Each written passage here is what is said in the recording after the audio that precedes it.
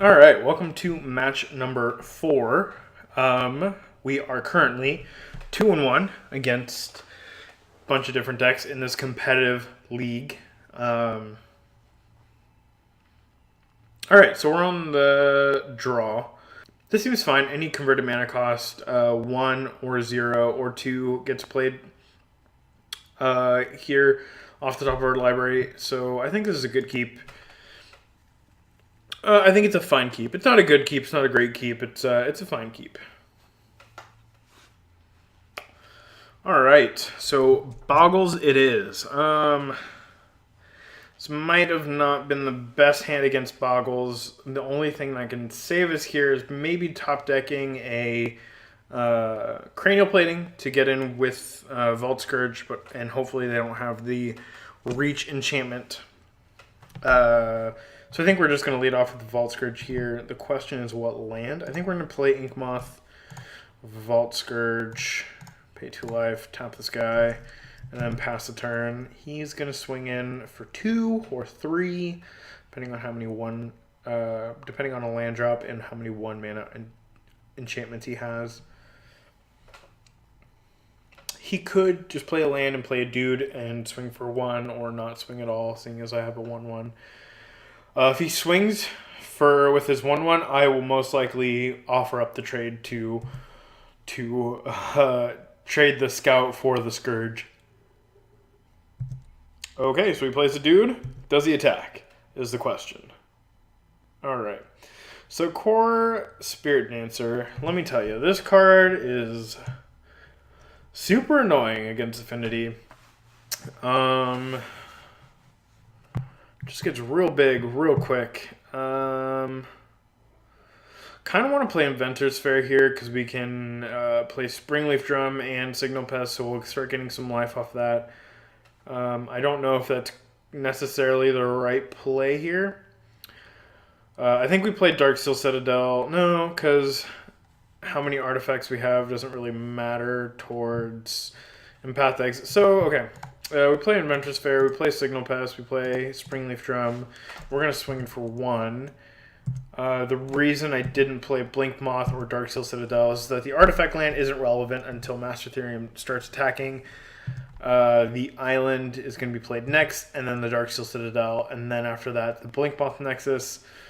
When we can start utilizing the artifact abilities of these 2 lands with Master Ethereum.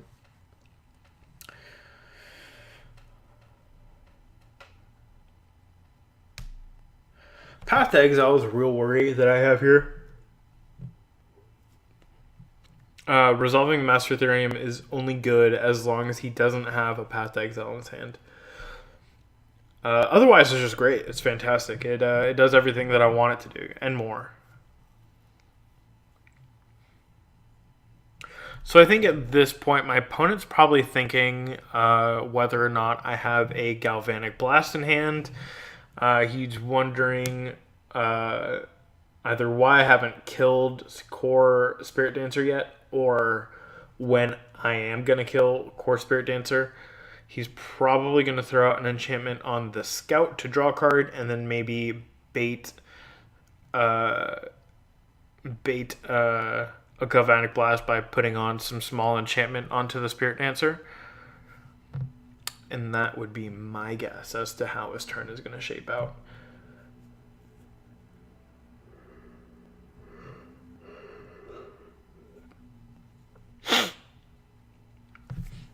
Okay, so we cast Rancor on the Spirit Dancer.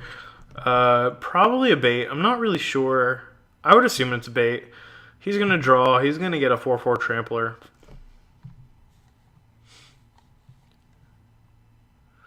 I'm going to always yield to this ability.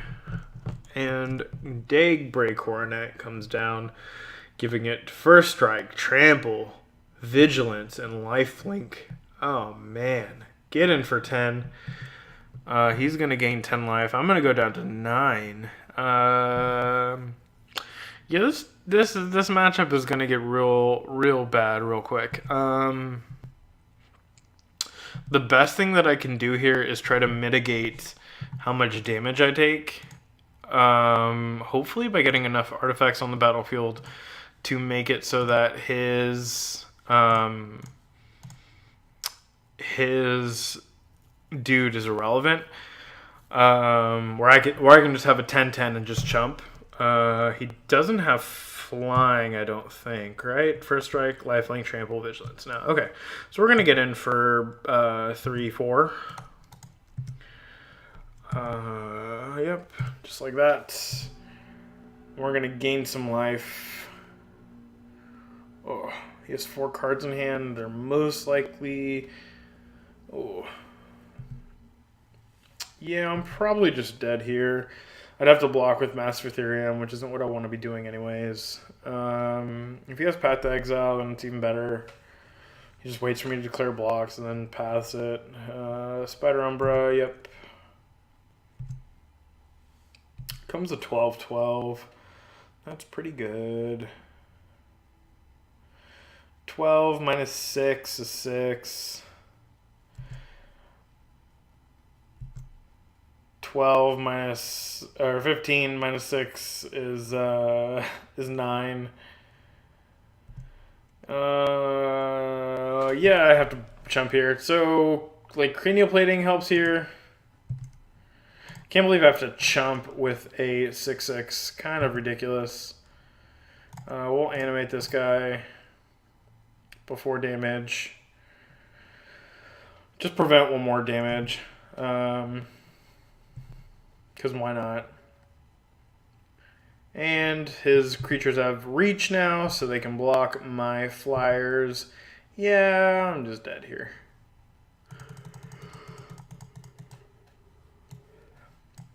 Affinity, getting cheesed by enchantments.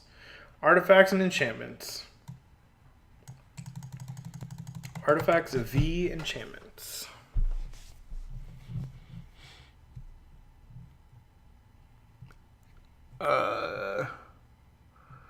Be great if his core Spirit Dancer tapped. I can probably squeak in with lethal this turn, but yeah, I'm just gonna lose this game, unfortunately.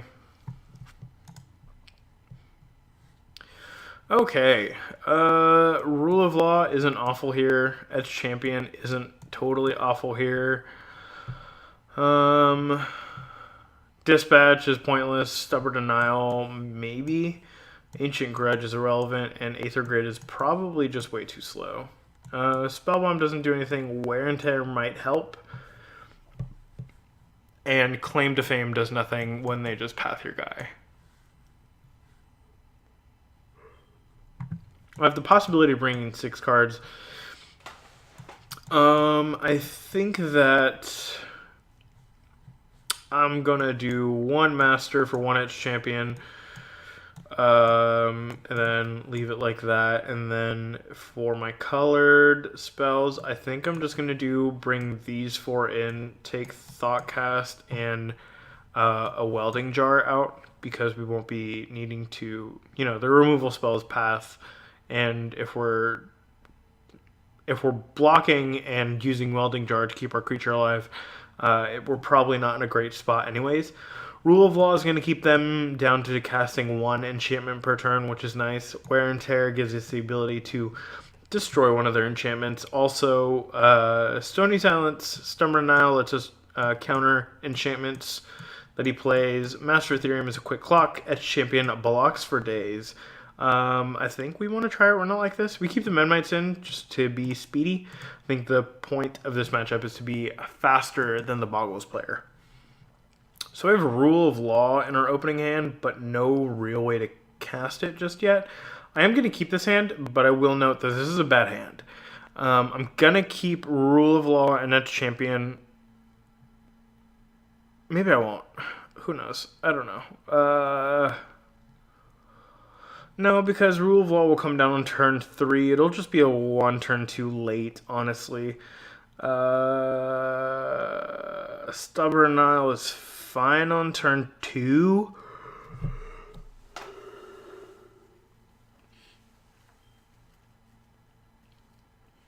So it's their turn 3, my turn 2.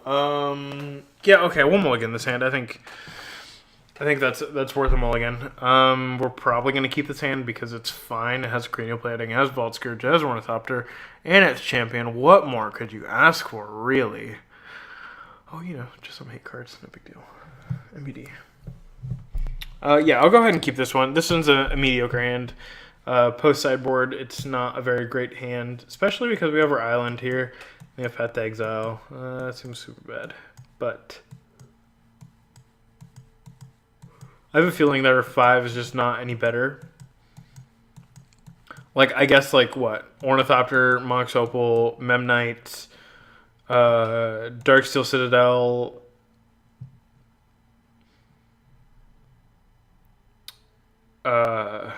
Mox Opal, Rule of Law is like a fine turn 5, but I think the odds of having those cards in that order is very low. This person's really deciding on 7, so I think I'm going to keep this.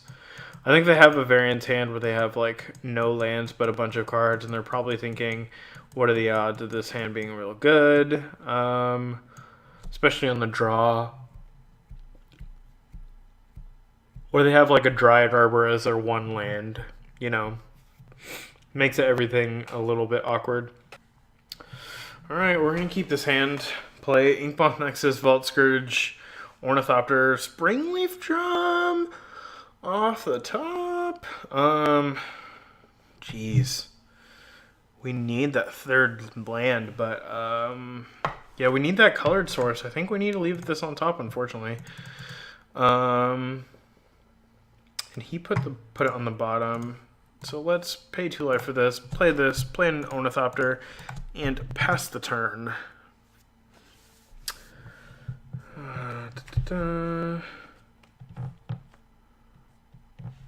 He's going to play a turn 1 hexproof creature.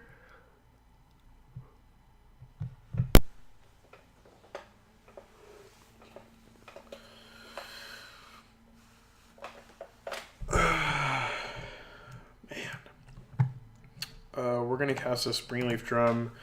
We're going to cast this Cranial Plating here just in case we draw a land next turn. And then we're going to swing in for 1 here. So if we draw a land next turn, we can play Etched Champion and equip Cranial Plating, which is really good. I think Cranial Plating Etched Champion is probably the best way we win this game. Otherwise, gaining an absurd amount of life before they're able to dump their hand out onto a creature is also a good, valid way of winning against this deck. Our opponent plays a Windswept Heath and fetches. What else? What else you got?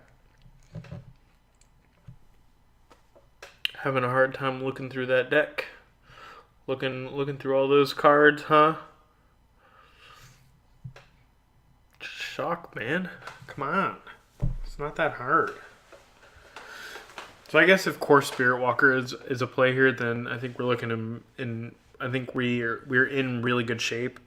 We can probably 2-turn clock him if he doesn't have Spider Umbra or a Path to Exile. We will see. So my opponent gets a Plains. I think that's good for us. I think them not getting... Oh, okay. Never mind. Griff's Boon and another Slippery Bogle is an issue for sure. It gives... has flying.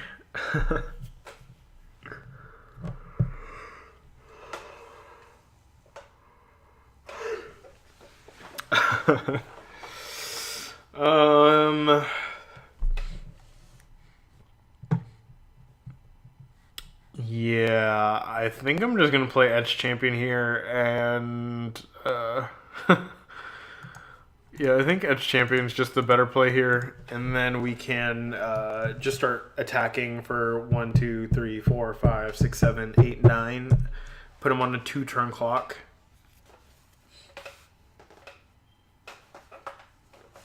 Unfortunately, Griff's Boon is just kind of like really good against Affinity. Don't know else. I don't know how to explain it. It's it's a cosmic coincidence that it's just, gives it a +1 and gives it flying. It just makes it really good against my deck.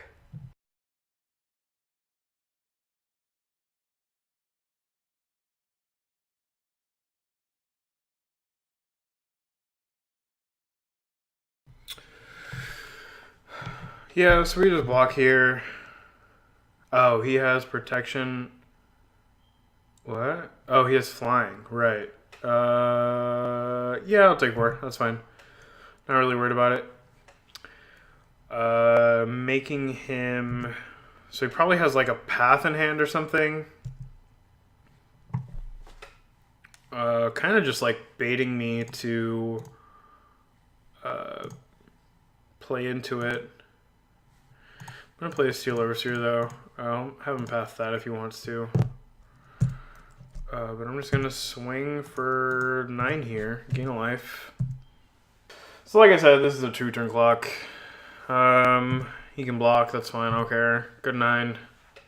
Deciding whether or not he wants to attack for 6 and put me at 10, or if he wants to hold his mana back or hold one of his guys back for Ornithopter. Guess it's a fine play. I feel like if he had Path, he probably should have fired it off on Steel Overseer. So it makes me think he doesn't have a Path. So my play here is like Signal Pest, and then animate Inkmoth Nexus. Play what other spell I have in my hand at the time, which is hopefully just a 0-drop artifact at this point. I'm good with any 0-drop in my deck. Darksteel Citadel is great here. My 1 manas are also just as fine. I think he's toast this game, but it looks like he's just holding on to something. I'm not really sure what he's holding on to. So my opponent finally decided to attack. He declares attackers. Swing for 4, take 4, go to 12. He has 1 card in hand. Passing the turn, Darksteel Citadel off the top, just like that. Play a Signal Pest. Animate my Inkmoth Nexus. Animate Steel Overseer. Go to combat. Let's attack with the team.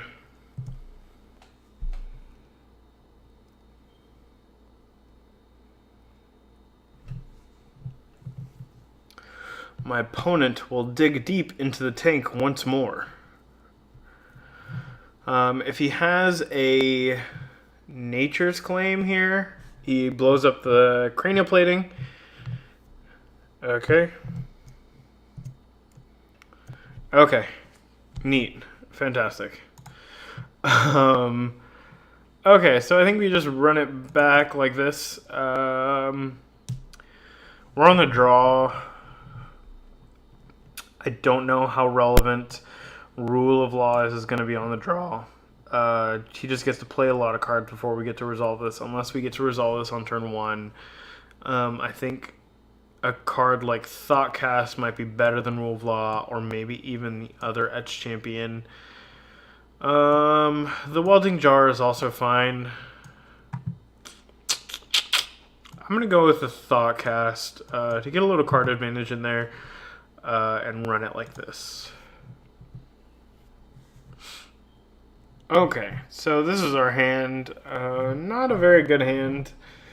If we had anything like a 2-drop or a 3-drop, we would probably just snap keep this. But because we don't have any action, I don't think we can keep it. Although I want to, don't get me wrong. Anything off of the top works, but if we hit a land... So the probability of hitting a land is low. The probability of hitting a 2-drop is high. And the probability of hitting... So basically the probability of hitting another land or Mox Opal is pretty low. But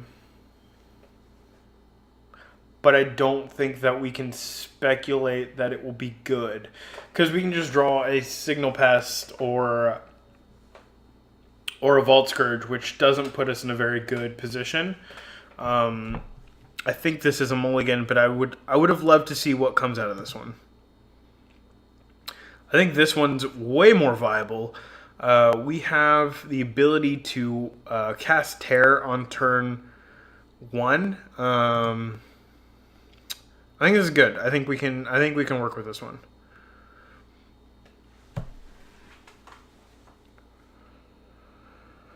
Ornithopter off the top, and we're on the draw.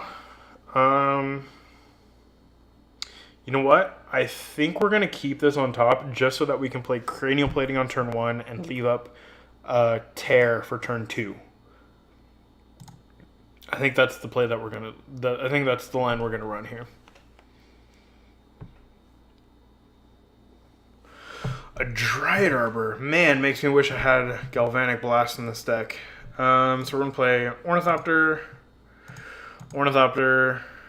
Mox Opal, Blinkmoth Nexus, cast Cranial Plating. We're going to pass the turn. I hope that he tries to go all in on this Dryad Arbor. It would be pretty awesome if he did.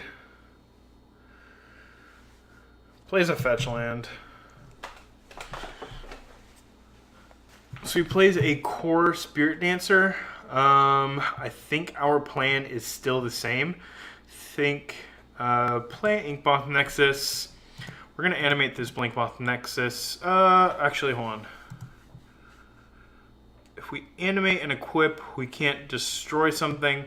I think that we can afford to destroy something on their turn. Or on our next turn when we untap. So I think it's better to get in with as much damage as we can before they start getting reach.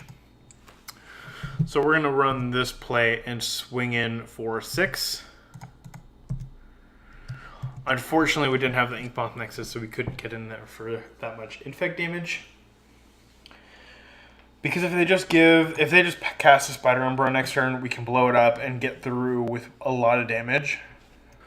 So our opponent doesn't have... Either they have an enchantment or they have a pair of paths that they would rather be casting. I'm going to cast this... I'm going to put the Spire of Industry in play because that's actually kind of perfect for what we need. I'm going to activate Blinkmoth Nexus.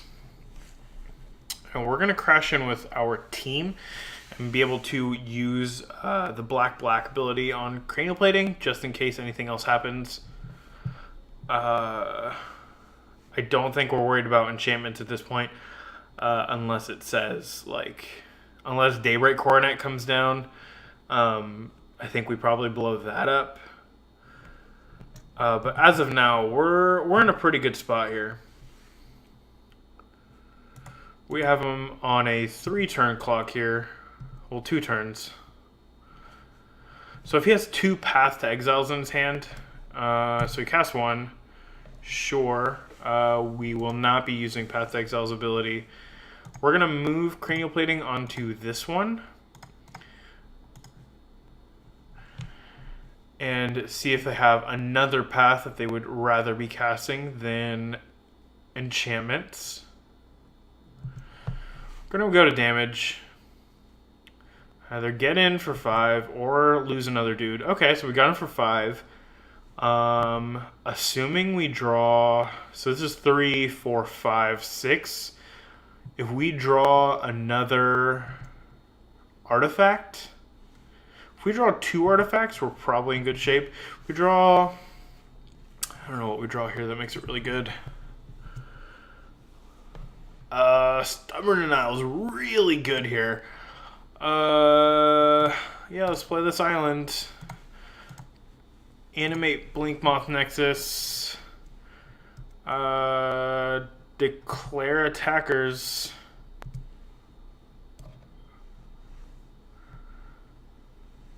So even if they do have the second path, we just counter it.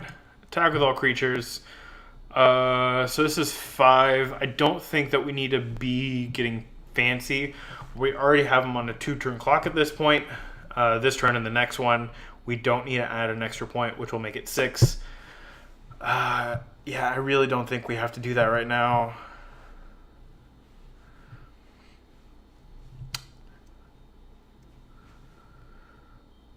And we have Stubborn Denial up to counter whatever other... We have Stubborn Denial up to counter spells here. I think we saved the counters for Path to Exile.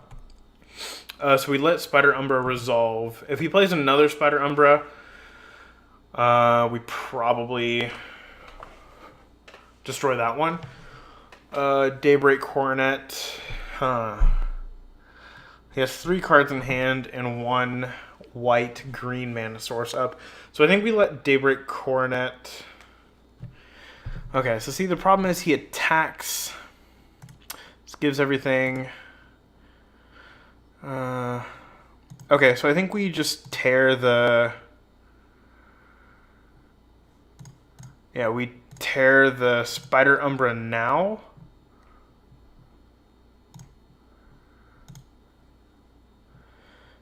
And make Daybreak Coronet target an invalid creature.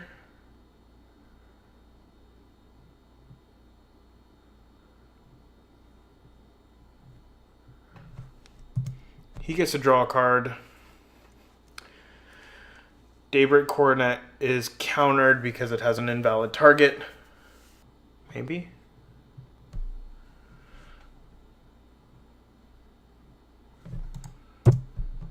Okay, that's what I thought. No legal targets. And now we have Stubborn Denial to counter a Path to Exile. If he has 2 Path to Exiles, well, man, he must be really good at Magic. But I think we have it locked anyways because we can move... because we can use Spire of Industry and Mox Opal to move Cranial Plating over to one or the other. So I think he does have a Path to Exile in hand. Yeah, pretty irrelevant at this point. Whoa, what am I activating here? Oh, let's float a mana. Let's activate this guy. Let's get in with both of these guys.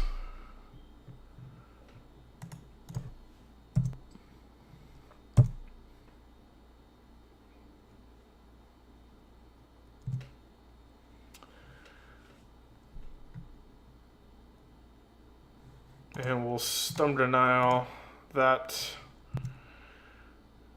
All right. So that was match 4, and we'll move on to match 5 now.